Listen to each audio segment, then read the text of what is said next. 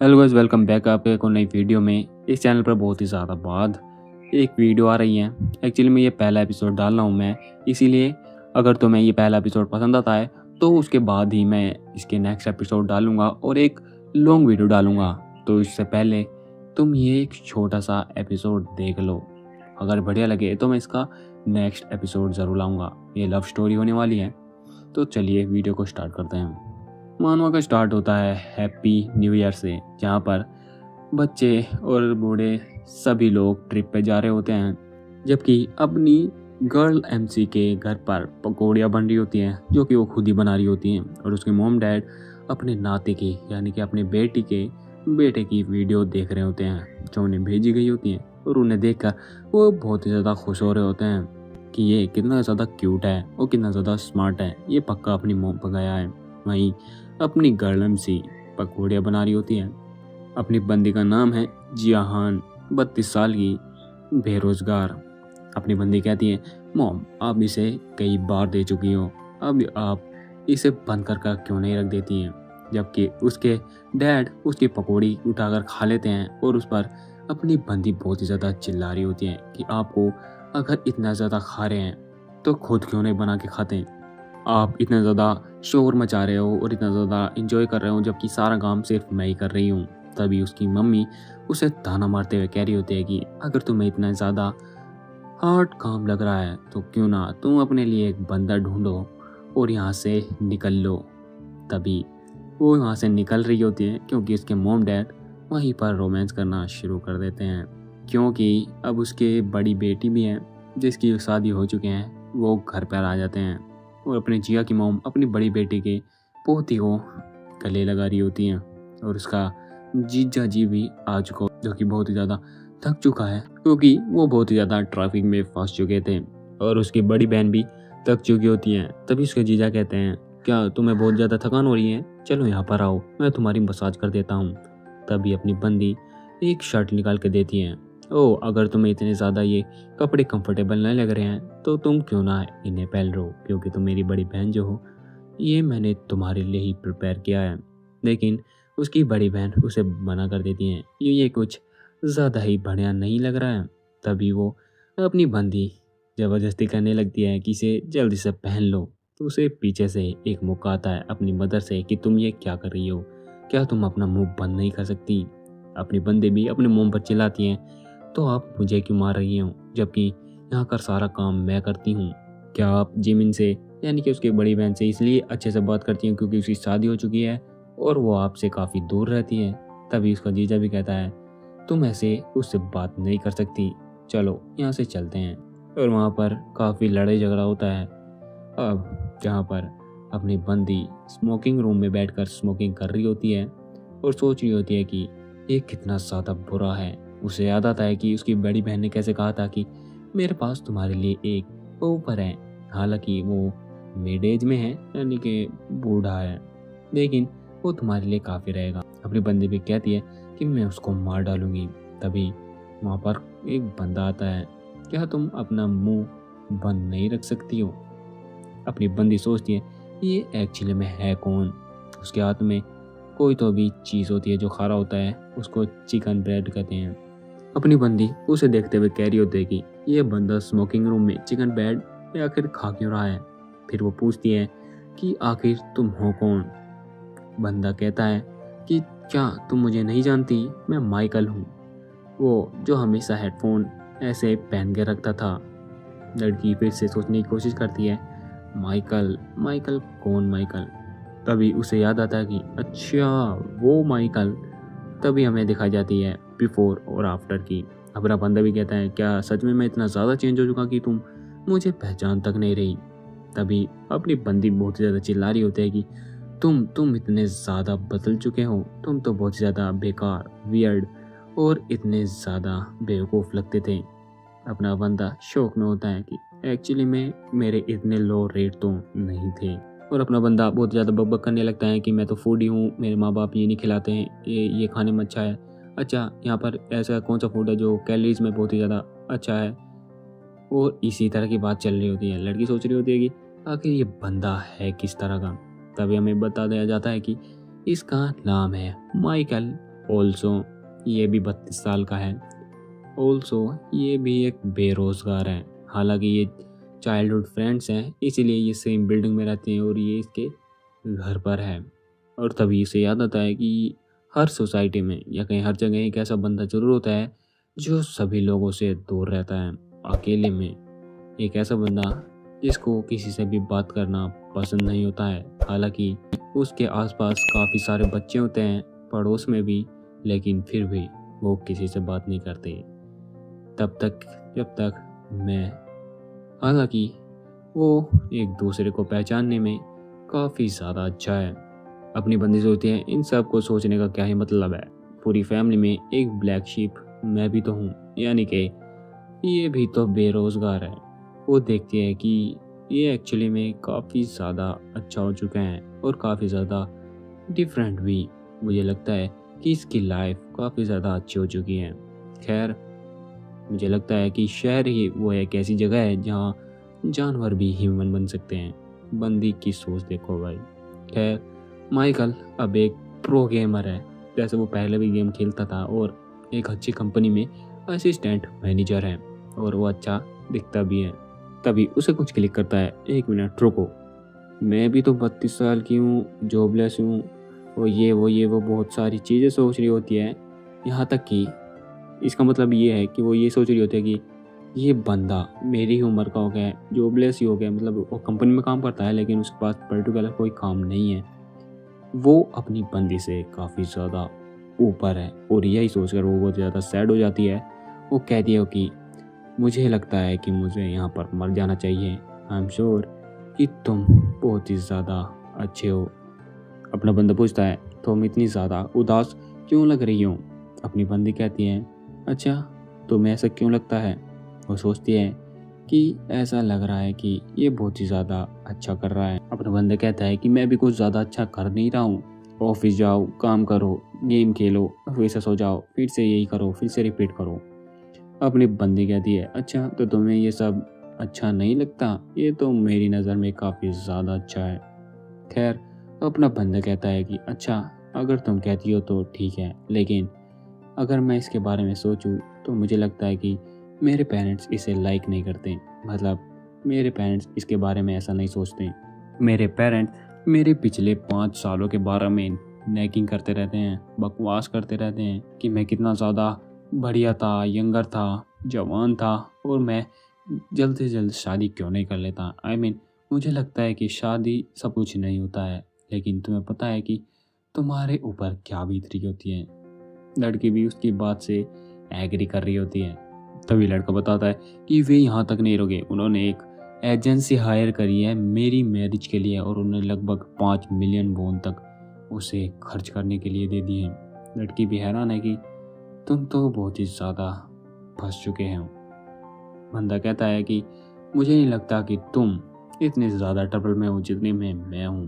लड़की कहती है, खैर मेरे पेरेंट्स इतने भी ज़्यादा दूर तक नहीं गए हैं। और वो अपनी फैमिली को सोच कर कह रही होती है कि अभी तक तो नहीं गए हैं। तभी अपनी बंदी माइकल को बुलाती है और उसे एक प्रपोजल देती है, क्यों ना हम दोनों शादी कर लें। बंदा शौक है, वो पूछता है कि क्या कहा? बंदी फिर से कहती है, मेरा मतलब है कि क्यों ना हम शादी कर लें। हम दोनों ही शादी के लिए कोई ना कोई ढूंढ रहे हैं और हमारी फैमिली भी एक दूसरे पर प्रेशर बनानी है, क्यों ना हम एक दूसरे से शादी कर लें। You and me.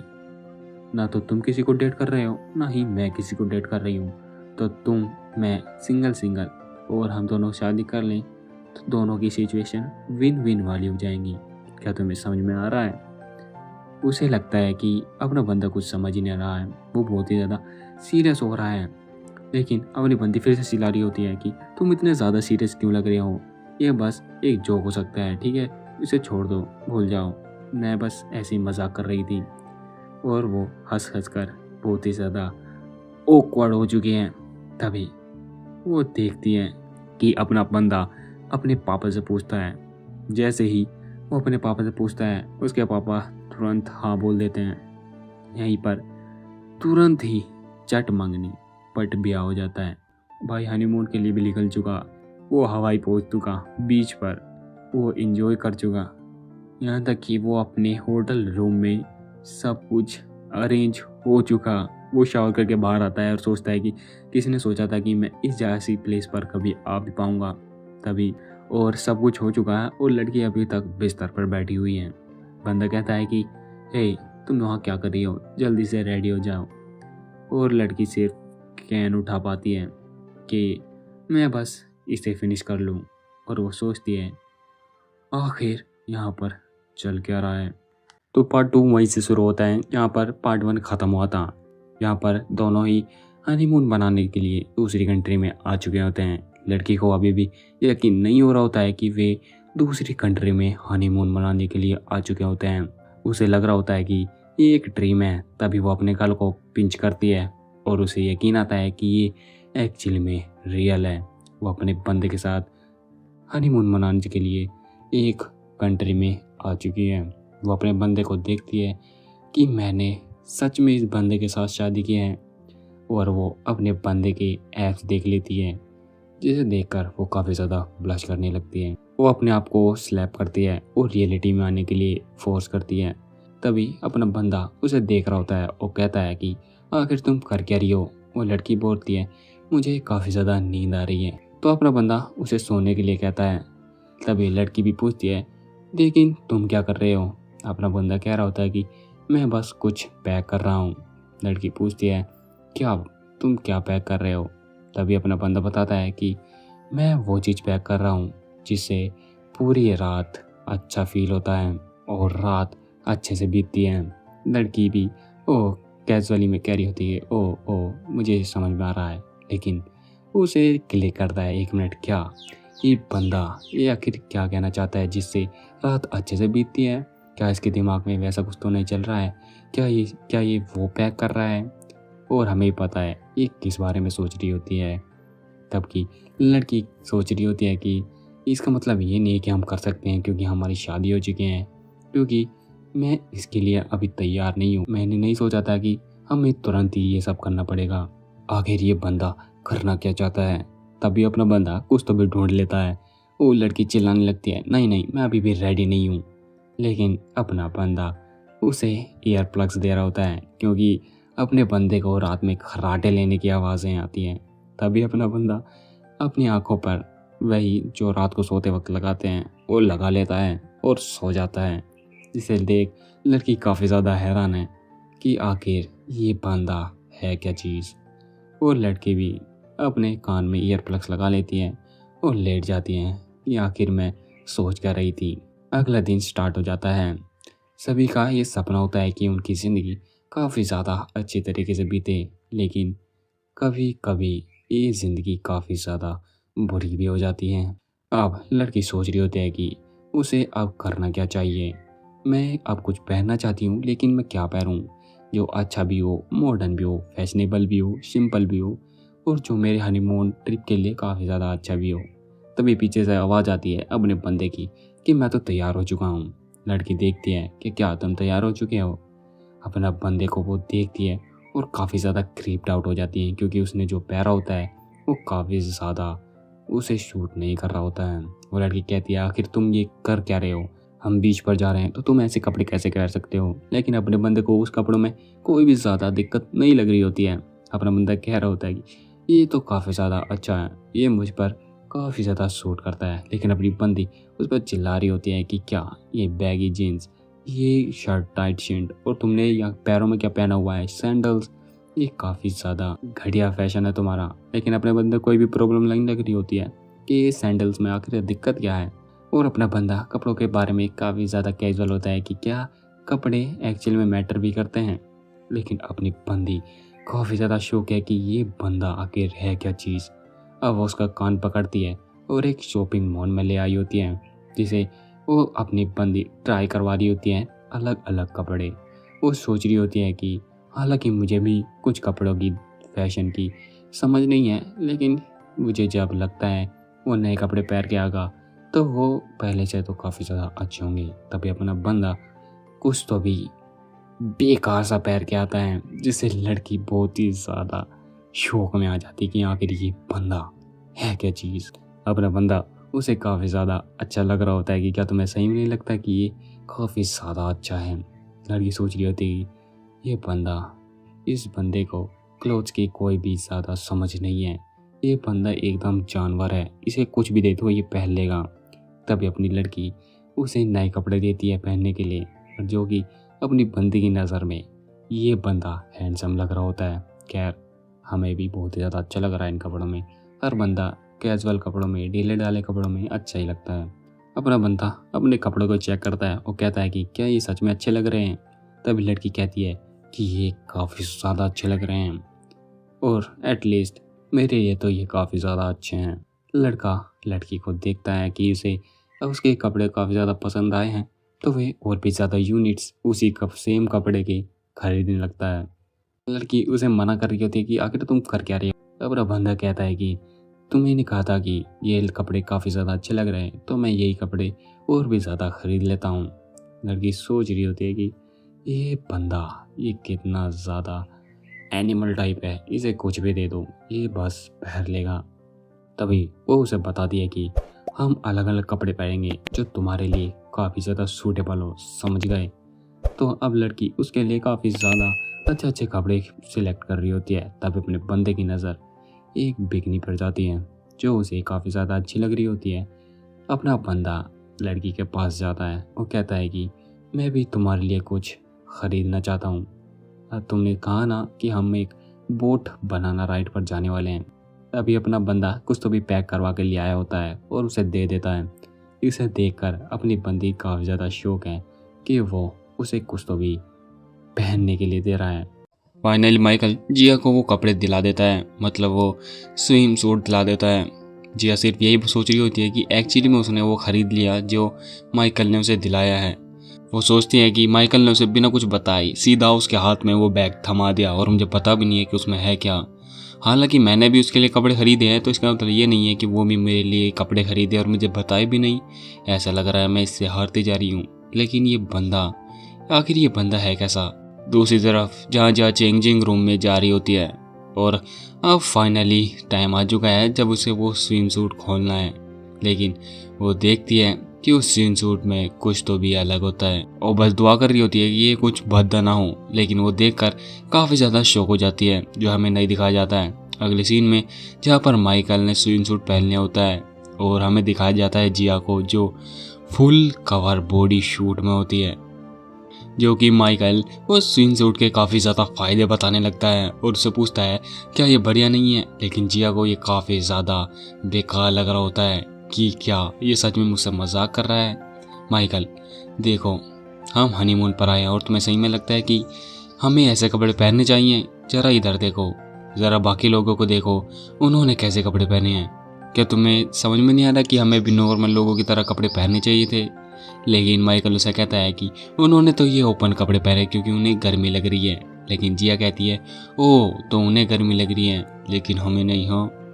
जिया काफ़ी ज़्यादा परेशान हो जाती है कि आखिर मैंने तुमसे उम्मीद क्या ला रखी थी। मैंने आखिर ये क्या पहन रखा है, मैं काफ़ी ज़्यादा एम्बेरस्ड हूँ। आखिर मैं अपने आप को एंजॉय कैसे कर पाऊँगी।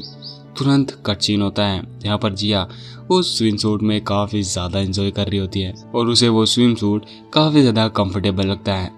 बाद में दोनों काफ़ी सारी एंजॉय करते हैं और फ़ोटो खींचते हैं। वे पूरे दिन एंजॉय करते हैं। शाम के वक्त जब वे बीच पर टहल रहे होते हैं, अपनी जिया अभी भी एंजॉय करे जा रही है और वो अपने शेड्यूल चेक करते हैं कि अब उसे क्या करना है। लेकिन माइकल कहता है कि क्या तुम थकी नहीं हो, हमें रेस्ट लेना चाहिए। लेकिन जिया काफ़ी ज़्यादा गुस्सा करती है, क्या रेस्ट, आखिर तुम सोच कर रहे हो हम हनीमून पर आए हैं और ये ट्रिप इतनी ज़्यादा एक्सपेंसिव है, तो मैं यहाँ एक भी पल खोना नहीं चाहती। तभी माइकल उसे हील चेक करने को कहते हो, जब भी उसकी हील काफ़ी ज़्यादा ज़ख्मी हो जाती है। लेकिन अपनी जिया को कुछ भी इसके बारे में पता नहीं होता। तभी माइकल कहता है कि तुम्हें इसे ध्यान से देखना चाहिए। लेकिन जिया उसे मना कर रही होती है कि ये तो कुछ भी नहीं है। लेकिन माइकल नहीं मानता कि ये तुम्हें दुखेगा। वो बैठता है और जिया को उसकी पीठ पर बैठने के लिए कहता है, जिससे जिया काफ़ी ज़्यादा ब्लश करने लगती है और वो सिर्फ शेड्यूल के बारे में बोल पाती है कि हमारे शेड्यूल का क्या होगा। लेकिन माइकल नहीं मानता कि तुम्हारे पैर दुखेंगे। अब जबकि जिया अपने बंदे माइकल की पीठ पर बैठ चुकी है। जिया पूछती है तुम ठीक तो हो ना, मैं भारी तो नहीं हूँ? लेकिन माइकल कहता है नहीं, इतनी भी भारी नहीं हो। नहीं, ये अच्छा है, मेरी वर्कआउट भी हो जाएगी। जिया काफ़ी ज़्यादा गुस्सा हो जाती है, क्या तुम मेरी इंसल्ट करने की कोशिश कर रहे हो? लेकिन माइकल उसे समझाता है कि नहीं नहीं, तुम तो परफेक्ट हो, तुम्हारा वेट भी परफेक्ट, तुम्हारा शरीर भी परफेक्ट है। लेकिन तभी जिया देखती है कि वो उसकी पीठ पर काफ़ी ज़्यादा कंफर्टेबल है और उसे काफ़ी ज़्यादा समय हो चुका है कि वो किसी और की पीठ पर बैठी हो। तभी उसके मन में कुछ खुराफाती आता है और अपने बंदे के कान में फूंक मारती है, जिसे माइकल काफ़ी ज़्यादा डर जाता है कि आखिर तुम करना क्या चाहती हो? अगर तुम्हें किसी बात की कंप्लेंट है तो मुझे बताओ ना। लेकिन जिया काफ़ी ज़्यादा खुश होती है। तभी वो देखती है कि बहुत ही ज़्यादा प्यारा सनसेट हो रहा होता है। वो माइकल को रोकती है और पिक्चर लेने के लिए कहती है कि काफ़ी ज़्यादा अच्छा सीन हो रखा है। लेकिन माइकल कहता है हमने पहले भी तो कई सारे लिए हैं। लेकिन फिर भी वे दोनों एक प्यारी सी फ़ोटो लेते हैं और वही फ़ोटो रात को जिया देख रही होती है और सोच रही होती है कि मेरी दोस्त ने तो कहा था कि जब हम फर्स्ट हनीमून पर जाएंगे तो काफ़ी ज़्यादा फाइट होगी। लेकिन ऐसा तो नहीं लगता कि क्योंकि हम तो कुछ दिनों से काफ़ी ज़्यादा फन कर रहे हैं। फाइटिंग ये तो हमारे बीच में कुछ हुआ ही नहीं, और इतना ही नहीं, मैंने आज तक इतना ज़्यादा फन किया ही नहीं है। ऐसा लग रहा है कि मैं इसे पूरी ज़िंदगी भर बिता सकती हूँ। ऐसा लगता है कि मैं अब्रोड में ही जीने के लिए पैदा हुई हूँ। लेकिन अगर मैं उस बारे में सोचती हूँ, जिया अपने बंदे के बारे में सोचती है जब उसने कैजुअली कहा था कि तुम मेरी पीठ पे आ सकती हो। लेकिन यही बात जिया को काफ़ी ज़्यादा एम्बेरस कर रही होती है कि कैसे उसने कैजुअली किया। ऐसा लग रहा था कि मेरा दिल फटने वाला हो। लेकिन उसकी पीठ काफ़ी ज़्यादा वार्म एंड कंफर्टेबल थी। ऐसा नहीं है कि मैं काफ़ी ज़्यादा लोनली फील कर रही हूँ, लेकिन वो काफ़ी ज़्यादा प्यारा था। तभी वो अपने बंदे को माइकल को सोता हुआ देख लेती है और उसका लव मीटर तुरंत से गिर जाता है।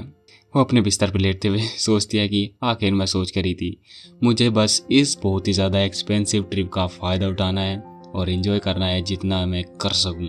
फाइनली माइकल और जिया अपने हनीमून से वापस आ जाती हैं, जहाँ पर जिया के घर में उसकी मोम ने काफ़ी ज़्यादा खाना बनाया होता है, जिसे जिया देख के काफ़ी ज़्यादा शौक हो जाती है कि आखिर आपने इतना सारा खाना क्यों बनाया। उसकी मोम बताती है ऑफ कोर्स, इसका क्या मतलब है क्यों बनाया, तुम हनीमून से वापस आई हो इसीलिए।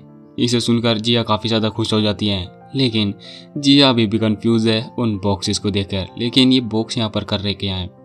क्या हम यहाँ से मूव करने वाले हैं? तभी उसकी मोम बताती है हम मूव नहीं कर रहे हैं, तुम मूव कर रही हो माइकल के घर पर। जिया काफ़ी ज़्यादा कंफ्यूज है कि क्या मैं, उसे याद आता है कि शादी के बाद उसे माइकल के घर पर मूव करना था और जिया के पेरेंट्स भी उसे खुशी खुशी माइकल के घर भेज देते हैं। दूसरी तरफ माइकल के घर पर जहाँ जिया काफ़ी ज़्यादा प्रेशर में बैठी होती हैं, तभी माइकल उसे एक कॉन्ट्रैक्ट देता है।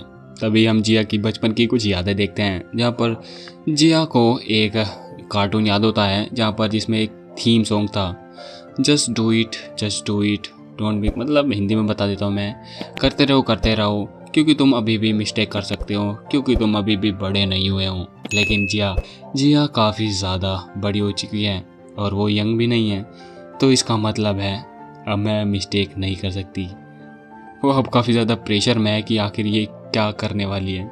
लेकिन जिया भी एटलीस्ट एक ह्यूमन ही है, तो वो मिस्टेक कर सकती है। जिया को ऐसा फील हो रहा होता है कि वो अपनी ज़िंदगी किसी और के हाथ में देने जा रही है, मतलब अपनी ज़िंदगी का कंट्रोल किसी और ज़िंदगी के हाथ में देने जा रही है। तो उसे काफ़ी ज़्यादा स्ट्रेस महसूस हो रहा होता है। उसे याद आता है कि कैसे हनीमून से आते ही उसके पेरेंट्स ने उसे घर से बाहर निकाल दिया और अब अपनी जिया किसी और के साथ रहने आई है।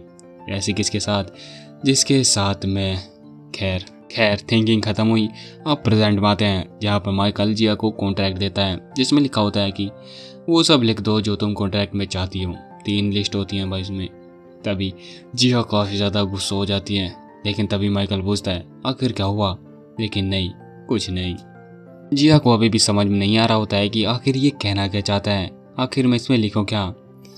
तभी माइकल पूछता है क्या तुमने सब कुछ लिख लिया? लेकिन जिया ने अभी कुछ भी नहीं लिखा होता है। वो फाइनली डिसाइड करती है चलो छोड़ो भी, अब मैं कुछ भी, बस जो मेरे मन में है लिख देती हूँ। वो लिख देती है। तभी माइकल आता है और कहता है कि हम 3, 2, 1 पर दिखाएंगे। वो कहता है 1 2 3 और दोनों अपने कॉन्ट्रैक्ट्स आमने सामने करते हैं। यहाँ पर माइकल के कॉन्ट्रैक्ट्स में लिखा होता है कि स्मोकिंग छोड़ना है, माउस को बिल्कुल भी परेशान नहीं करना है, अगर तुम्हारे दिमाग में कुछ परेशानी हो तो तुम मुझे बताओगी। वहीं दूसरी तरफ जिया के कॉन्ट्रैक्ट में लिखा होता है कि तुम मेरे रूम में नहीं आओगे बिना नॉक किए हुए और मुझे फोर्स नहीं करोगे किसी भी चीज़ को लेकर, और अगर कुछ चीज़ गलत है तो हम दोनों बैठकर बातें करेंगे।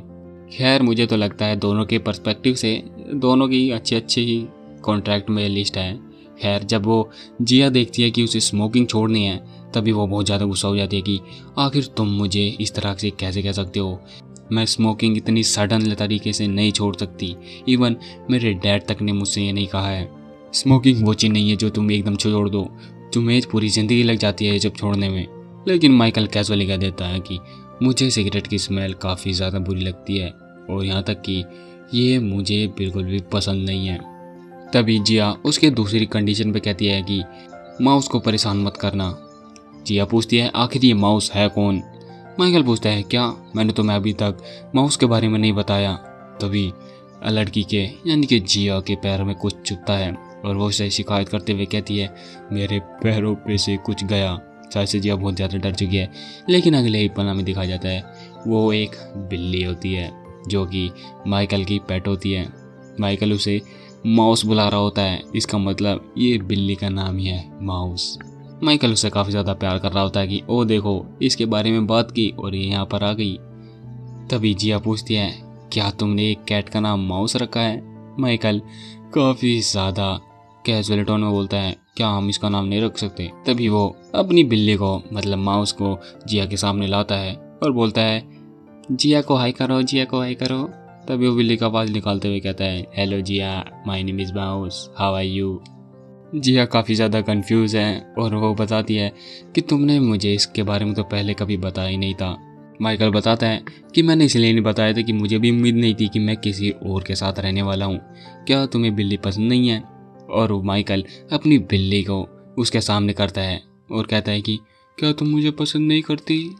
अब जिया काफ़ी ज़्यादा परेशान हो जाती है, बिल्ली की आंखें चमकने लगती है। भाई ये बहुत ज़्यादा ड्रामेटिक था।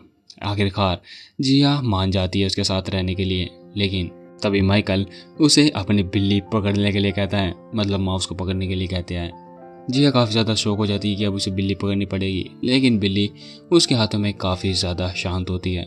जिया अब अपने बंदे से कुछ बात पूछती है, अगर ऐसा हुआ कि अगर मैं बिल्लियों को पसंद नहीं करती थी क्या तुम मुझे घर से बाहर निकाल देते।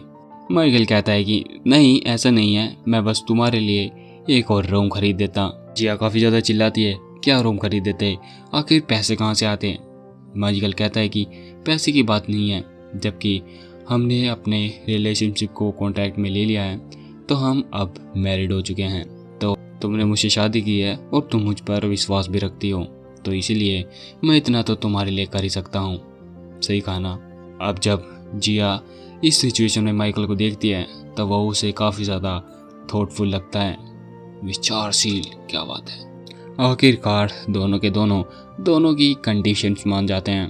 खैर कंडीशन में दोबारा बता देता हूँ कि कोई भी स्मोकिंग करने के बाद 10 मिनट तक कमरे के अंदर नहीं आएगा, कोई भी बिल्ली मतलब माउस को परेशान नहीं करेगा, कोई भी एक दूसरे के रूम में बिना नॉक किए या बिना परमिशन के उसके कमरे में नहीं जाएगा, और कोई भी किसी की ज़िंदगी के बारे में कुछ बात नहीं कर सकता। और हम हर सिचुएशन को, हर बात को, हर प्रॉब्लम को बात करके सिचुएशन को हैंडल करेंगे। ठीक है, दोनों को कोई ऑब्जेक्शन नहीं होता है तो वे अपनी कॉन्ट्रैक्ट मान लेते हैं। तभी माइकल रोकता है, वो कहता है कि मेरे पास एक इम्पोर्टेंट चीज़ है। जिया उसके बारे में पूछती है, वो कहता है कि अगर हमने जब किया कॉन्ट्रैक्ट मैरिज हमने बना लिया है तो हम इसे बीच में किसी के भी द्वारा, मतलब अगर ये कॉन्ट्रैक्ट कोई तोड़ना चाहता है तो कोई भी एक तोड़ सकता है, तो दूसरे वाला कंप्लेन नहीं कर सकता, बस इतना ही है। जिससे जिया को भी कोई परेशानी नहीं होती है, वो तो ऑलरेडी खुशी हो जाती है। फाइनली वे अपनी सील कॉन्ट्रैक्ट पर लगा देते हैं। अब माइकल उसे कहता है कि तो जबकि हम शादीशुदा हो चुके हैं तो मैं तुम्हें अपनी ज़िंदगी मानने के लिए वेलकम करता हूँ, और जिया भी उसके साथ ज़िंदगी भर रहने के लिए हाथ मिला लेती है। फाइनली दोनों की मैरिड लाइफ शुरू होती है रात के वक्त, जब अपनी जिया कुछ ऑर्डर कर रही होती है घर का सामान, क्योंकि उसने अभी अनपैक किया होता है तो वो कुछ नया सामान मंगा रही होती है अपने रूम और घर के लिए, चेयर बेड एवरीथिंग। वो अपने बंदे के बारे में सोचती है, जबकि मैंने फुल्ली अनपैक कर लिया अपने आप को, बस फर्नीचर आना बाकी है, अभी के लिए तो सो जाते हैं। हालांकि मोम ने अच्छा किया कि मेरे लिए ये गद्दा और ब्लैंकेट पैक कर दिया था, एटलीस्ट मैं यहाँ पर कुछ अच्छे तरीके से सो तो सकती हूँ। अब अपनी जिया को रियलाइज़ होता कि वो अब दूसरे के घर में है। उसे विश्वास नहीं हो रहा था कि वो मैरिज कर चुकी है और अब वो इस घर में रहने वाली है। उसे थोड़ा थोड़ा अनकंफर्टेबल फील हो रहा होता है कि अब माइकल भी नेक्स्ट रूम में है, इसका मतलब है कि वो अभी तक जाग रहा होगा। और काफ़ी ज़्यादा जियो को एंग्जाइटी होने लगती है। मैं भी ये फील कर सकता हूँ, लाइक लड़कियों को जो पूरी ज़िंदगी अपने जब तक शादी नहीं होती वो अपने घर में रहती है और सडनली दूसरे के घर में जाकर वो कैसे रह सकती है, वो कैसे सेफ फील कर पाए, क्योंकि एटलीस्ट वे हैं तो दूसरे ही, क्योंकि उनके साथ अभी भी वो फुल्ली कंफर्टेबल नहीं है। यही सोच सोच के जिया भी काफ़ी ज़्यादा नर्वस हो रही होती है और सोच रही होती है कि आखिर मैं इतनी ज़्यादा एंग्जाइटी में सो कैसे पाऊँगी। लेकिन बाद में लड़की घोड़े बेच के सो जाती है। सुबह के वक्त जहाँ पर अपना माइकल ब्रेकफास्ट रेडी कर रहा होता है, जिया उठ कर आती है कि आखिर ये सुबह सुबह बकवास किसने शुरू कर दी, नॉइस की बात कर रही होती है जिया। तभी माइकल उसे पूछता है, ओह तो तुम जाग गई, मैं बस ब्रेकफास्ट तैयार कर रहा था। जिया को यकीन नहीं हो रहा था कि वो ब्रेकफास्ट तैयार कर रहा है, लेकिन जिया काफ़ी ज़्यादा एक्साइटिंग होती है कि आखिर वो बनाने क्या वाला है। अब जिया माइकल को ब्रेकफास्ट बनाते हुए देख रही होती है। वो सोच रही होती है कि ये बंदा कितना ज़्यादा अच्छा है, एक्चुअली में ये मेरे लिए और सबसे पहले उठकर ब्रेकफास्ट बना रहा है। क्या ये हर रोज़ बनाता होगा काम से जाने से पहले? जिया काफ़ी ज़्यादा इम्प्रेस लगती है। अब वो माइकल की कुकिंग स्किल देख रही होती है, जहाँ पर कुछ नहीं, मिक्सी में डालो 60 ग्राम चने और उसे मिक्स कर दो। हमें दिखाया जाता है माइकल की रेसिपी की रेटिंग, जो कि होती है 0.5 स्टार। जिया कंफ्यूज होती है उसे देखकर कि क्या ये सच में ब्रेकफास्ट है। अब जबकि माइकल उसे बताता है कि तुम्हें बस इसे पीना है, जिया उसे पी लेती है, लेकिन उसका टेस्ट काफ़ी ज़्यादा बेकार होता है। जिया काफ़ी ज़्यादा नाखुश है कि आखिर ये है क्या चीज़, क्या बस तुम्हारे घर में यही है? लेकिन माइकल कहता है नहीं नहीं और भी है ना। उसे वो प्रोटीन बार देता है। तभी जिया उसे फेंक के मारती है, क्या तुम पागल हो चुके हो? आखिर इतना घटिया खाना ब्रेकफास्ट में कोई कैसा खा सकता है? क्या तुम्हारे घर में स्वाद वाला कुछ खाना नहीं है क्या? क्या तुम्हें सही में लगता है कि हमें अच्छा खाना नहीं खाना चाहिए? लेकिन माइकल अपना बंदा फिटनेस फ्रीक है, तो उसे लगता है कि यही एक रियल फूड है। जिया अपने माइकल पे काफ़ी ज़्यादा चिल्लाती है, अगर तुम काम पे जाने से पहले ऐसा सब खाओगे तो इसका मतलब ये नहीं है कि सभी लोग ये सब खाना खाएं। मैं तुम पे अभी भी विश्वास नहीं कर पा रही हूँ। तभी माइकल अपना लंच बॉक्स दिखाता है, जिसमें सिर्फ और सिर्फ प्रोटीन वाले या कहीं कार्बोहाइड्रेट वाले, भाई जिम वाला फूड होता है बेसिकली। और उसे याद आता है कि जब वो पहले बार मिली थी तब भी वो प्रोटीन यानी कि प्रोटीन के लिए वो जो चिकन राइस खा रहा होता है, जैसे कि हमने पहले बात की थी उसके बारे में। लेकिन अभी भी जिया को यकीन नहीं हो रहा है कि आखिरकार ये है तो इंसान ही, तो इसकी फ्रिज में कुछ तो होगा। लेकिन फ्रिज भी पूरा प्रोटीन से भरा होता है। यह देखकर जिया काफ़ी ज़्यादा शॉक हो जाती है। अब वो पछता रही होती है कि वो अपनी मोम का खाने का कितना ज़्यादा मजाक उड़ाया करती है और वो अपनी मोम से माफ़ी मांगती है। लेकिन अपना बंदा कहता है कि इसमें सच में फ्रिज में ऐसा कुछ नहीं है जो तुम्हारे लायक हो। लेकिन जिया मना करती है, तुम्हारा पूरा फ्रिज हेल्दी फूड से भरा हुआ है, आखिर कोई इस तरह का खाना कैसे खा सकता है? लेकिन तभी माइकल जिया को एक आइडिया देता है, क्यों ना तुम बाहर जाकर खाना खाओ। जिया पूछती है, क्या सच में मैं बाहर जाकर खाना खा सकती हूँ? क्या मैं ऐसा कर सकती हूँ? माइकल पूछता है, इसका क्या मतलब है तुम कर सकती हो? ऑफ कोर्स तुम कर सकती हो, तुमने मेरे साथ शादी किया, इसका मतलब ये नहीं है कि तुम्हें ये सब खाने की ज़रूरत है। अगर तुम्हें कुछ चाहिए तो तुम जाके ले सकती हो, तुम्हें यहाँ पर बंधे रहने की फील करने की ज़रूरत नहीं है, तुम फ्री हो यहाँ पर, तुम जो चाहे वो कर सकती हो। जिया को भी काफ़ी ज़्यादा रिलैक्स महसूस होता है। आखिरकार मैं सोच के रही थी, मैं सभी सोच रहे थे कि हमें ब्रेकफास्ट साथ में करने की ज़रूरत है। तभी उसे याद आता है कि कैसे उसकी मोम रोज़ उसे फोर्स करती थी कि हमें ब्रेकफास्ट एक दूसरे के साथ करना चाहिए। तभी वो देखती है कि माइकल वर्क पर जा रहा है, तो वो उसे गुड लक कहती है। माइकल देखता है कि वो काफ़ी ज़्यादा प्रीटी लग रही है। तभी जिया उसे देखती है, ओह तुम्हें क्या बुरा लग रहा है कि तुम काम पे जा रहे हो और मैं घर जाके आराम कर रहूँगी? लेकिन माइकल उसे मना करता है कि नहीं, मैं ऐसा मैं तो कुछ भी नहीं सोच रहा हूँ। अभी जिया बता देगी, तो तुम मुझे इस तरह क्यों देख रहे हो? चिंता मत करो, मैं भी जॉब लेने वाली हूँ और अच्छे से काम करूँगी, ठीक है? लेकिन अपना बंदा माइकल इस बारे में उसे कुछ भी नहीं कह रहा होता है। अब जिया फाइनली उसे गुड वाइब कहती है और वर्क के लिए शुभकामनाएं देती हैं और कहती है कि मैं ठीक है, डिनर पर मिलते हैं, बाय। माइकल अब काम के लिए निकल जाता है। जैसे गेट बंद होता है, कूद के उछलती है, गेट अ जॉब, अजी हाँ मेरा कद्दू जॉब, मैं तो यहाँ एकदम बेरोज़गार वाली ज़िंदगी जीने वाली और मज़े करने वाली हूँ। वो काफ़ी ज़्यादा खुश होती हैं अपनी ज़िंदगी को जीने के लिए। क्या बात है, एटीट्यूड होना चाहिए भाई बेरोज़गारी का भी। सीन चेंज होता है एक कार के अंदर, जहाँ पर एक बंदा एक कपल को देख रहा होता है कि क्या बात है, कितनी अच्छी अच्छी जोड़ी है। तभी अपना बंदा उसकी कार पर नॉक करता है। वो एक्चुअली में माइकल का फ्रेंड होता है। दोनों एक दूसरे को ग्रीटिंग करते हैं। और जो दूसरा बंदा होता है उसका नाम होता है सांग यू चोई, 29 साल का, मैनेजर का, मतलब अपने दोस्त का सबॉर्डिनेट। मजदूर भाई भाई हैं दोनों।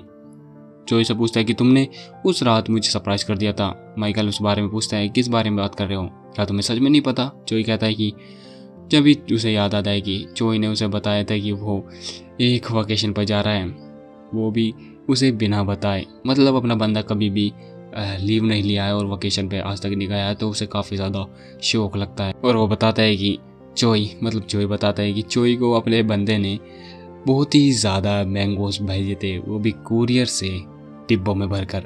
तभी चोई नोटिस करता है कि अपना माइकल काफ़ी ज़्यादा मुस्कुराता है। वो उसे पूछता है कि आखिर तुम इतना ज़्यादा मुस्कुराए कह रहे हो? माइकल उसे मना करता है कि अरे कुछ नहीं है यार। तभी वो अपनी बंदी जिया को याद करता है कि कैसे वो कितने ज़्यादा प्यारी तरीके से उसे गुड लक विश करती है उसके काम के लिए, और वो उसके लिए डिनर के लिए वेट करेगी। माइकल चोई को बताता है कि बस कुछ नहीं यार, कोई मेरे लिए घर पर इंतज़ार कर रहा है। चोई भी कहता है अच्छा विश्वास कर रहा है। वो कंफ्यूज है। तभी पूछता है आखिर तुम्हारे घर पर कौन इंतजार कर रहा है? माइकल कैजुअली कहता है कि मेरी वाइफ। चोई को काफ़ी ज़्यादा शौक लगता है कि क्या तुम्हारी वाइफ, क्या सच में कह रहे हो कि तुम्हारी वाइफ? क्या तुम किसी गेम की बात कर रहे हो उसमें? लेकिन फाइनली माइकल बता देता है कि उसकी एक्चुअल में शादी हो चुकी है लास्ट वीक, और उसे फ़ोटो दिखाता है उसे जलाते हुए। तभी होती है तीसरे कैरेक्टर की गाड़ी में तीसरे कैरेक्टर की एंट्री, जो कि एक लड़की होती है। वो पूछती है मुझे भी दिखाओ आखिर किसके साथ इसकी शादी हुई है। अब ऑफिस में सबको पता चल चुका है कि माइकल की शादी हो चुकी है। भाई पार्टी लेने के लिए लोग क्या क्या करते हैं, सब लोग सेलिब्रेट कर रहे होते हैं कि भाई पार्टी पार्टी पार्टी पार्टी।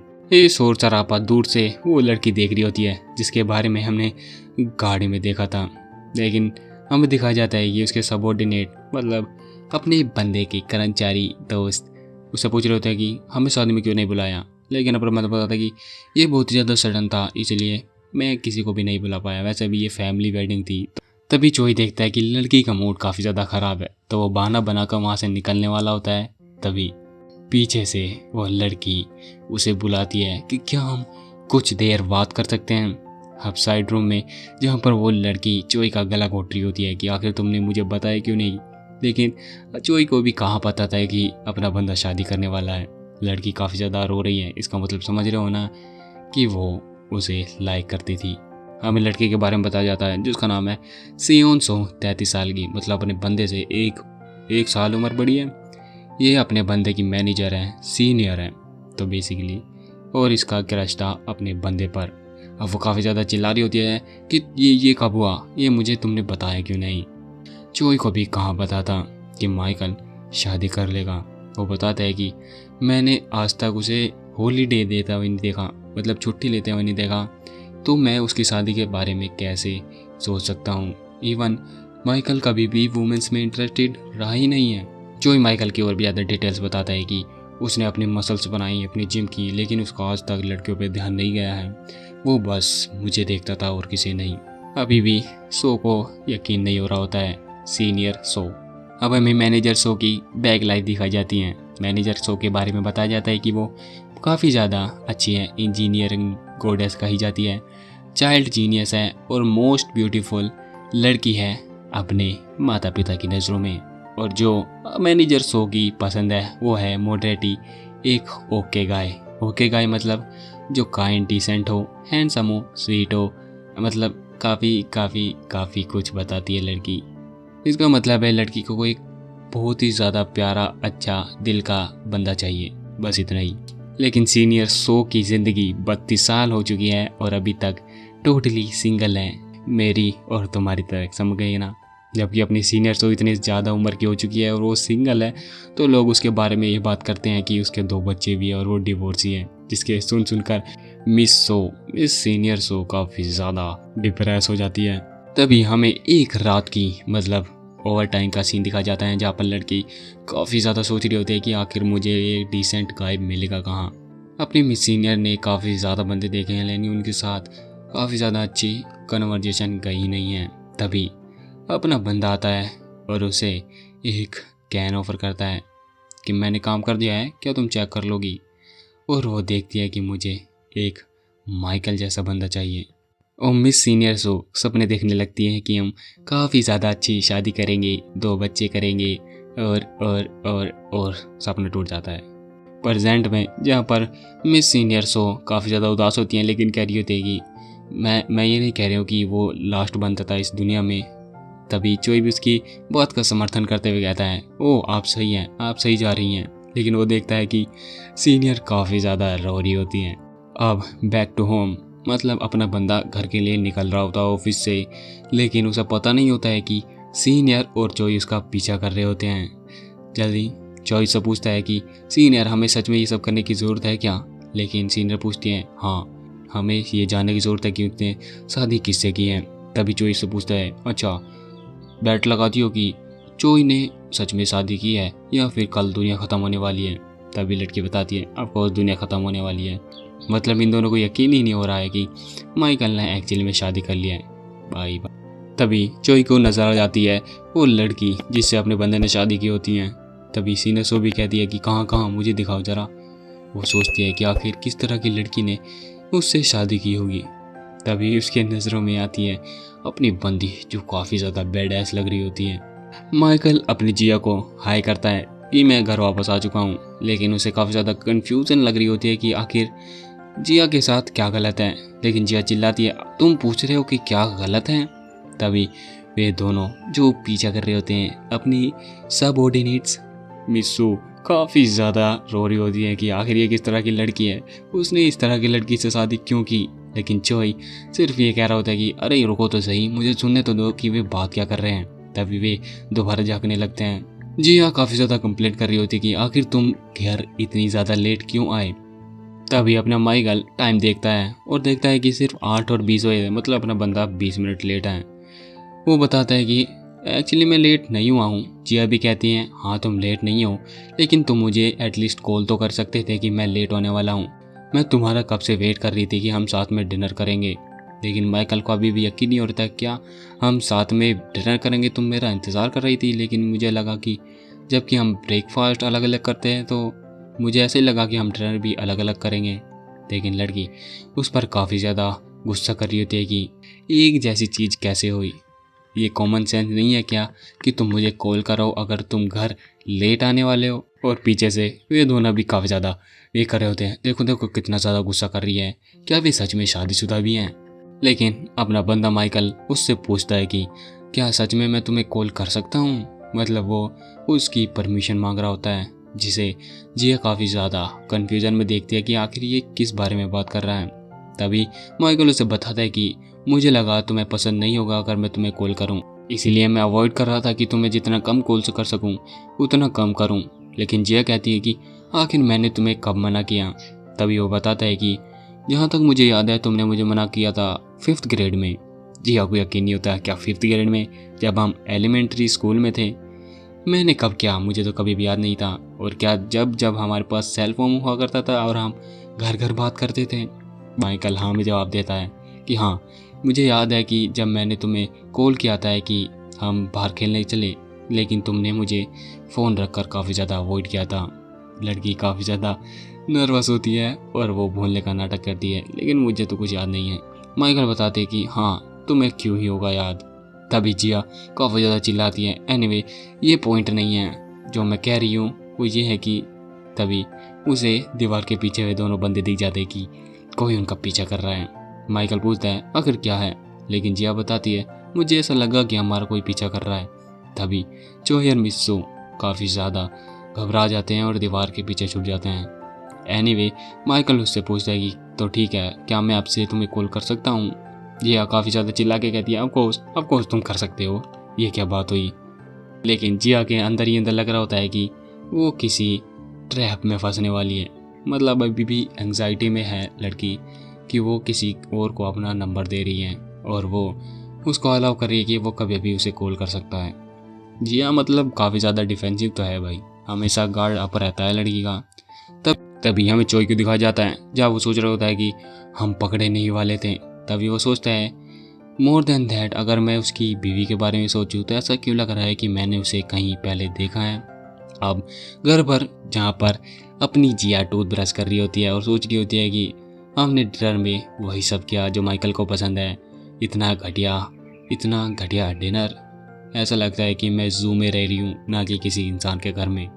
तभी वो याद करती है कि उसने कैसे बताया था कि 5th ग्रेड में मैंने उसे इग्नोर किया था। आखिर मुझे ऐसा याद कैसे होगा कि मैं इतनी पुरानी बात याद कर सकूं। उसे 20 साल बीत चुके हैं और वो मुझे अभी भी कह रहा है कि इतनी पुरानी बात याद रख सकूं। तभी वो बिस्तर पर होती है और सोच रही होती है कि अगर मैं याद करने की कोशिश करूं जब हम एक साथ हैंग आउट करते थे और हमें कुछ यादें दिखाई जाती हैं जहाँ वे काफ़ी ज़्यादा क्लोज थे। जब वे बचपन में एक साथ रहते थे, वे एक साथ नहाते धोते, अरे आते तो ज़्यादा क्लोज हो गया। खैर वे काफ़ी ज़्यादा क्लोज थे। खैर वो हो भी कैसा ना, इन दोनों के पेरेंट्स एक साथ काम करते थे, इन दोनों की एज सेम थी, एक ही सोसाइटी में रहते थे, एक ही स्कूल में जाते थे और इनके माता पिता भी एक ही जगह काम कर रहे थे। तब उसे याद आता है कि वो काफ़ी ज़्यादा क्लोज थी जब वे बचपन में थे और उसे याद आता है कि माइकल ही एक ऐसा बंदा था जिसके बाद वो काफ़ी ज़्यादा हैंग आउट करती थी। एक दिन माइकल ने उसे कॉल किया था कि उसके पास एक नया गेम आया है तो उसे खेलने के लिए बुलाता है, लेकिन लड़की उसे काफ़ी ज़्यादा इग्नोर कर देती है और फ़ोन रख देती है। और उसके बाद वे दोनों एक ही साथ मिडिल स्कूल में गए। हालांकि अपनी जिया ही थी जिसने अपने बंदे को सबसे पहले इग्नोर किया था। अब जब उसे जिया को याद आता है कि वो उसे कितनी ज़्यादा इग्नोर करती थी तो अब वो काफ़ी ज़्यादा एम्बेरस है। वो सोच रही होती है कि अब उसे क्या करना चाहिए।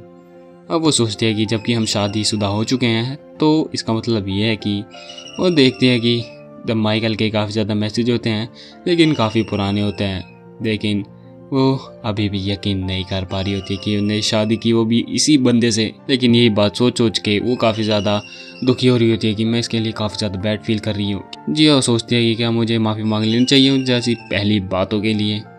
क्या मैं उसके साथ इतना ज़्यादा बुरा फील करती थी?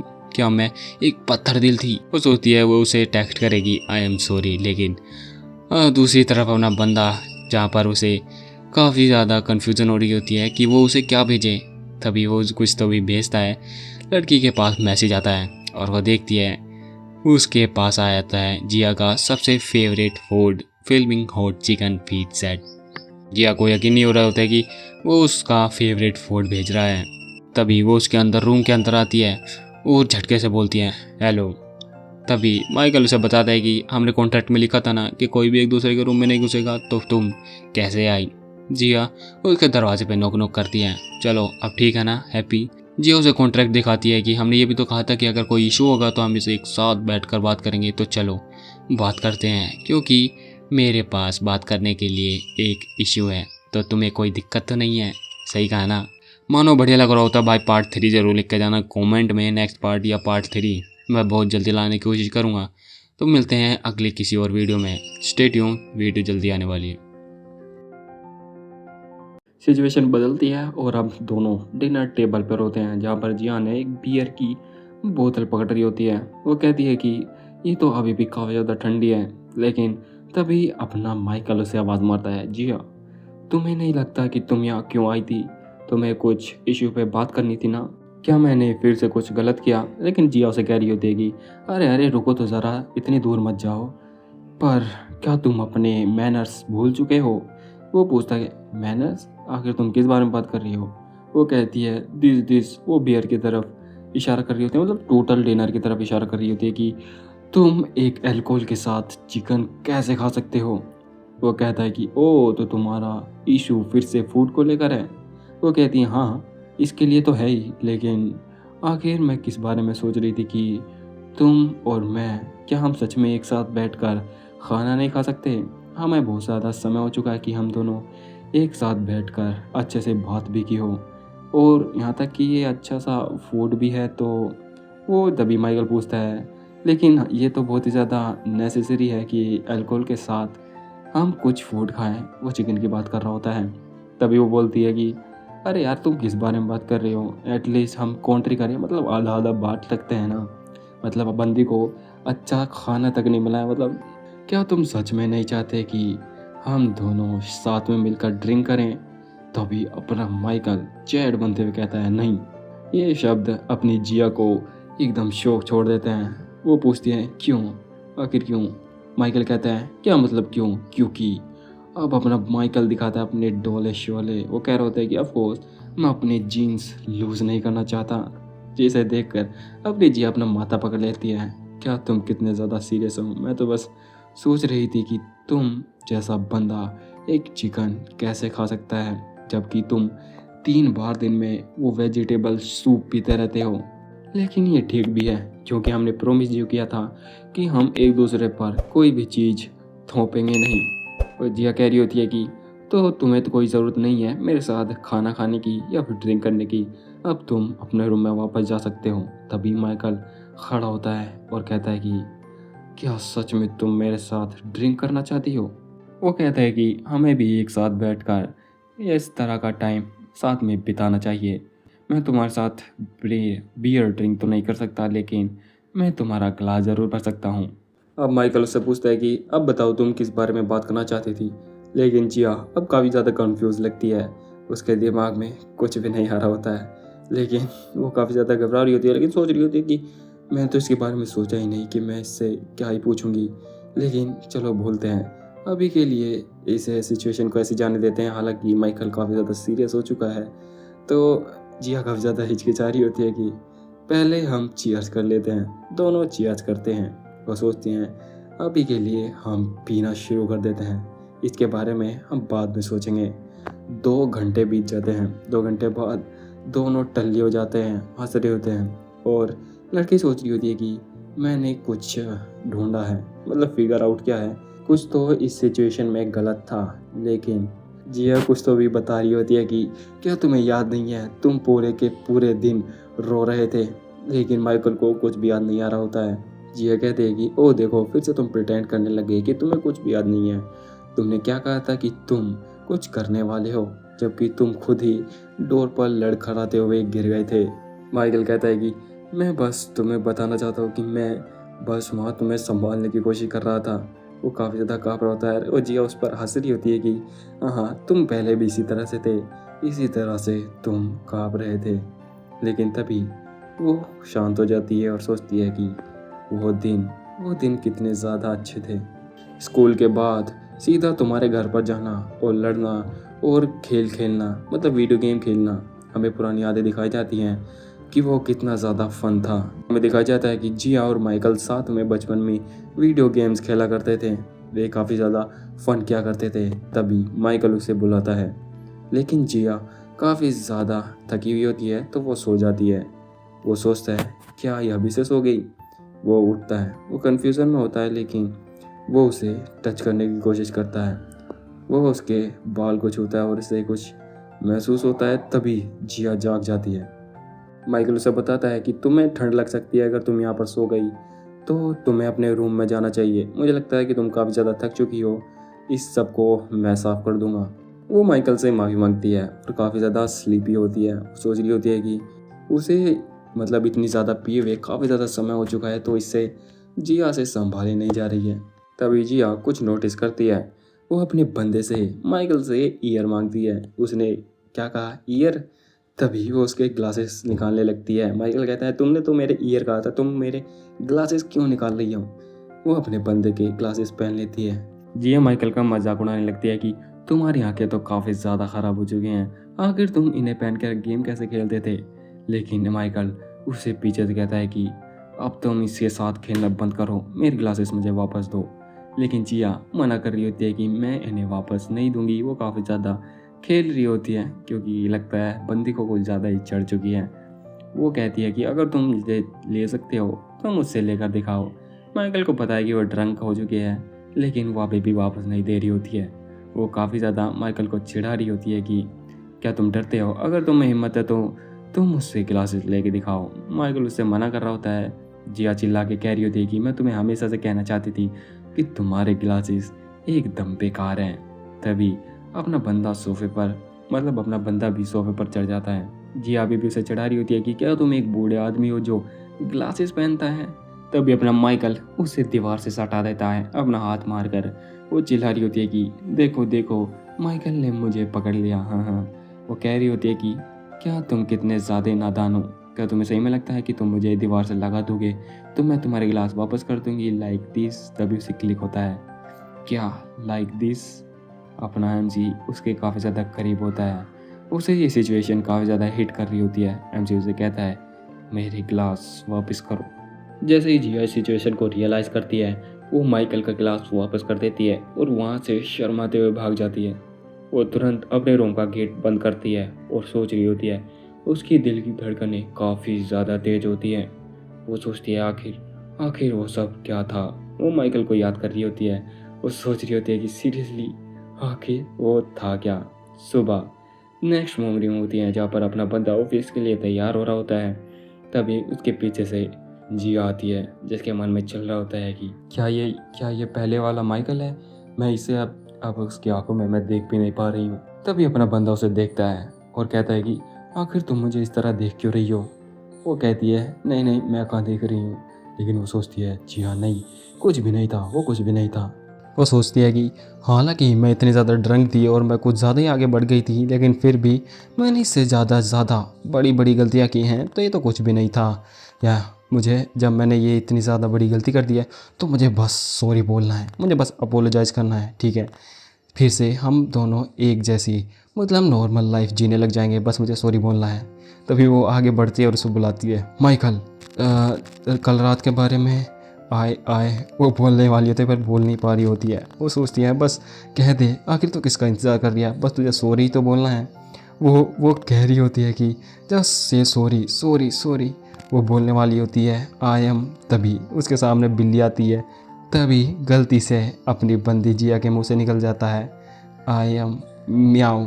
अब दोनों एक दूसरे को देख रहे हैं और सोच रहे हैं म्याऊ का क्या मतलब है। वो एक बार और म्याऊ करती हैं और तीनों शौक में होते हैं। उस मॉर्निंग के बाद ये सारी बातें अपना बंदा चोई को बता देता है कि उसकी वाइफ ने मॉर्निंग में उसे म्याऊ का, और उसे समझ नहीं आ रहा होता है कि इसका मतलब क्या है। तो अब चोई कह रहा होता है कि क्या तू मेरा मूड ख़राब करने की कोशिश कर रहा हो, तेरी इतनी ज़्यादा अच्छी मैरिड लाइफ जा रही है और तू मुझे ये बता रहा है। वो कह रहा होता है कि नहीं मैं सीरियस हूँ, मुझे नहीं पता कि उसका क्या मतलब है। मैंने तुझे इसलिए बताया क्योंकि तुझे काफ़ी ज़्यादा एक्सपीरियंस है डेटिंग का, तो तुझे पता है कि चोई को भी समझ नहीं आ रहा होता है कि अच्छा तो तुमने यूँ मुझे बताया है, तो देखो तुमने किसी और को तो नहीं बताया ना, लाइक मैनेजर को। अपना बंदा कंफ्यूज होता है। ओ क्या तुम मिसो की बात कर रहे हो। नहीं उनका मूड कुछ ज़्यादा ही ख़राब था तो मैंने कुछ भी नहीं कहा, यहाँ तक कि मैंने आज उन्हें हाई भी नहीं कहा। ये सुनकर चोई थोड़ा रिलैक्स हो जाता है कि ये तो बहुत ही अच्छा काम किया तुमने। खैर ऐसी चीज़ें होती रहती हैं, ठीक है मुझे सोचने दो। तुम्हारी बीवी ने तुम्हें म्याऊ कहा तो इसका मतलब है तुम्हारी वाइफ क्यूट बनने की कोशिश कर रही है, तुम्हारे साथ मजाक करने की कोशिश कर रही है, तुम समझ रहे हो ना। माइकल कहता है लेकिन मुझे ऐसा लगता नहीं है क्योंकि हम इतने ज़्यादा क्लोज नहीं हैं, क्योंकि अभी हमारी न्यूली मैरिड हैं। लेकिन चोई कहता है कि फिर भी वो तुम्हारी वाइफ है। ये बंदा हमेशा अपने जेब में कंघा रख के घूमता है क्या। वो कंघे निकालता है और अपने बालों को संवारते हुए कह रहा होता है कि तुमने सही पर्सन से पूछा है, मैं हूँ डायरेक्टर। बंदा कहता है कि मैं लव थ्योरी में मास्टर हूँ, तुमने सही बंदे से पूछा है। और वो कहता है कि देखो अगर ऐसी प्रॉब्लम आए तो इसका सिर्फ एक ही सल्यूशन है, जैसे कंप्यूटर में कोई प्रॉब्लम आ जाए तो उसे रीफॉर्मेट करना पड़ता है। सीन कट होता है घर पर, जहाँ पर काम के बाद वो घर आया होता है और वो उसके सामने जिया काफ़ी वियर्ड तरीके से मुस्कुरा रही होती है, जिसे देखकर अपना बंदा माइकल भी थोड़ा कंफ्यूज हो लगता है कि क्या क्या चल रहा है। तब हमें दिखाया जाता है कि वो याद करता है कि जो इन्हें पहला रूल बताया था कि उसके साथ यानी कि अपनी बीवी के साथ सिंपथाइज़ करो, और सेकंड रूल है दोबारा सिंपथाइज़ करो। ठीक है, बंदे को समझ नहीं आ रहा होता है कि मतलब माइकल को कुछ समझ नहीं आ रहा होता है इसका क्या मतलब है। वो कहता है कि बस अपनी बीवी को कॉपी करो जो वो कहती है। तो ये बात कहकर अपना बंदा भी सेम टू सेम जिया की तरह म्याओ बोलता है उसको, जिस वजह से जिया शर्म के मारे बेहोश हो जाती है। और हमें दिखाया जाता है सिनेमैटिक सीन जहाँ पर अपनी बंदी शर्म के मारे मर चुकी है।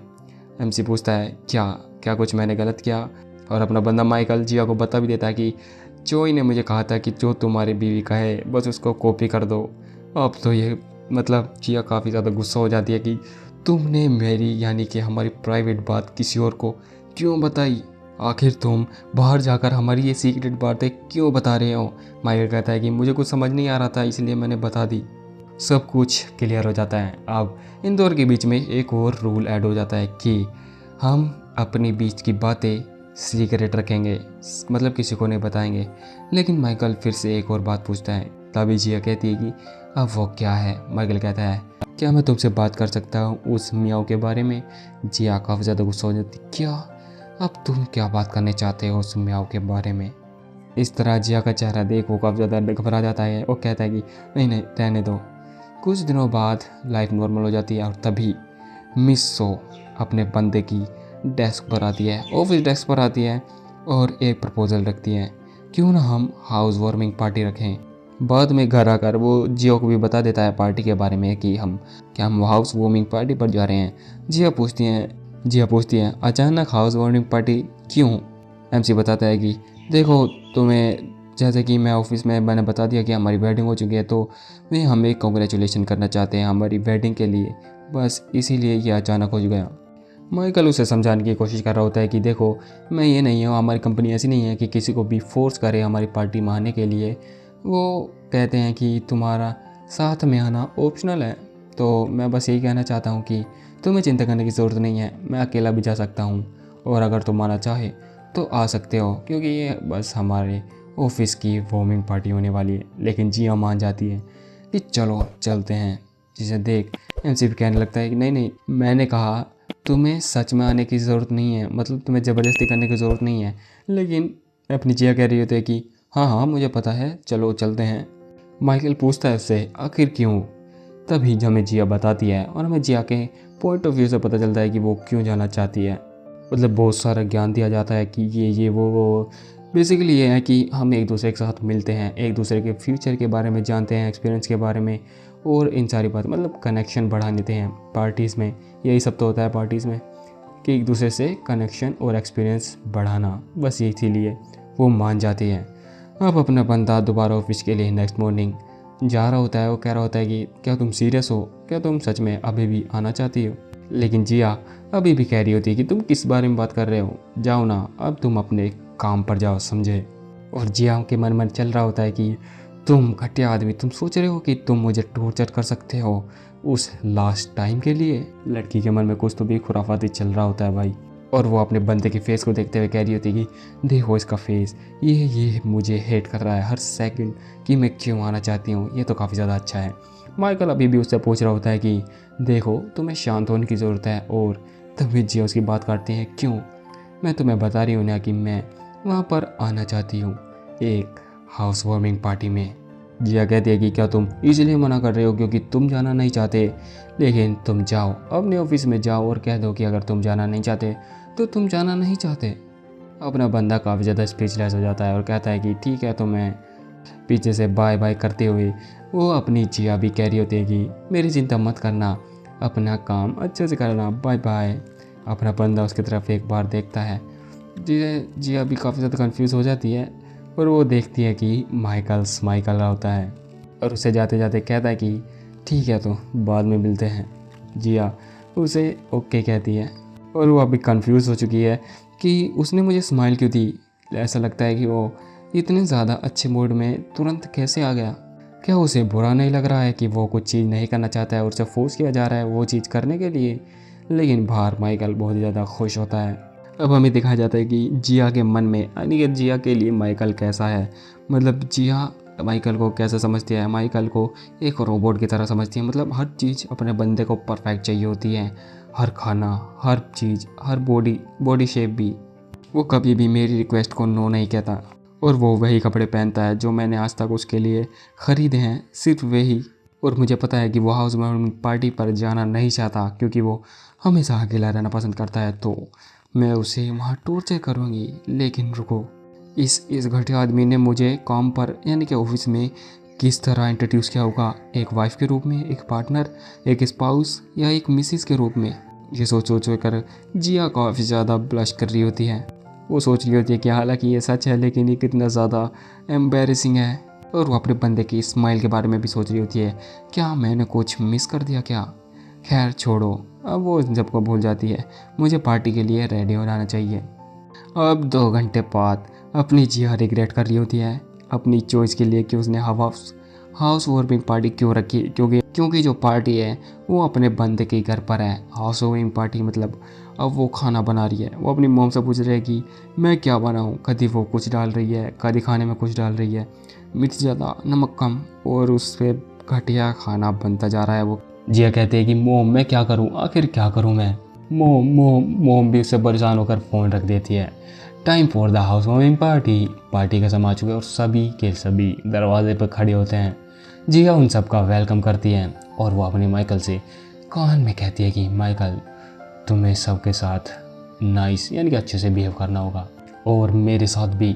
लेकिन माइकल कह रहा होता है कि मैंने तो पहले ही कहा था कि हम इसे मना कर देते हैं। तभी जिया सबको कहती है, अरे आप दरवाजे पर क्यों खड़े हो, अंदर आइए ना। और अंदर चमचमाता खाना तैयार होता है जिसे देखकर सभी लोग हैरान रह जाते हैं। हाउस वार्मिंग पार्टी मतलब होती किस लिए है, बस खाने पीने के लिए, क्या बात है। जिया काफ़ी ज़्यादा मतलब एक्टिंग करते हुए कह रही होती है कि हाँ ये तो कुछ भी नहीं है, एंजॉय करिए। वो सब खाने को देखकर काफ़ी ज़्यादा इम्प्रेस होते हैं। चोई कह रहा होता है कि ये तो कितना ज़्यादा अच्छा है माइकल, तुम ये एक वही खाना है नहीं है जो तुम हर रोज़ खाते हो, मैं तो तुमसे अब जलन आ रही है। माइकल अब सोच रहा होता है कि अबे भाई क्या बोल रहे हो। वो कह रहा होता है कि ये तो मेरा फर्स्ट टाइम है कि मैं इतना ज़्यादा अच्छा खाना खा रहा हूँ। जी अभी बात आगे बढ़ा रही होती है कि अब तो बस काइंड हो रहे हो। और पार्टी पूरी रात चलती है, सब टन हो चुके हैं। माइकल भी पूरी की पूरी बियर गटक जाता है, बोतलें खाली हो चुकी हैं भाई। तभी हमें मिस सो को दिखाया जाता है जहाँ पर चोई से पूछ रहा होता है, अब तो तुम सेटिस्फाई हो ना कि अब तो माइकल और उसकी बीवी से, क्योंकि हमने खुद देखा है कि वे एक हस्बैंड एंड वाइफ हैं। लगता है मिस सो का काफ़ी ज़्यादा बुरी तरीके से दिल टूट चुका है भाई। फिर भी मिस सो कह रही होती है कि देखो वह एक साथ अच्छे से बात भी नहीं करते और उन्होंने वेडिंग बैंड भी नहीं पहना है। लेकिन चोई कह रहा होता है कि क्या आप अभी भी सस्पिशन होने की कोशिश कर रहे हैं। सभी मिस सो उसे कोरी मारती हैं।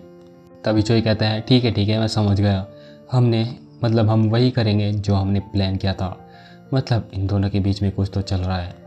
तभी चोई कहता है कि हेलो एवरीवन, ये है आपका क्यूटी, मैं इस कंपनी का सांग चोई हूँ।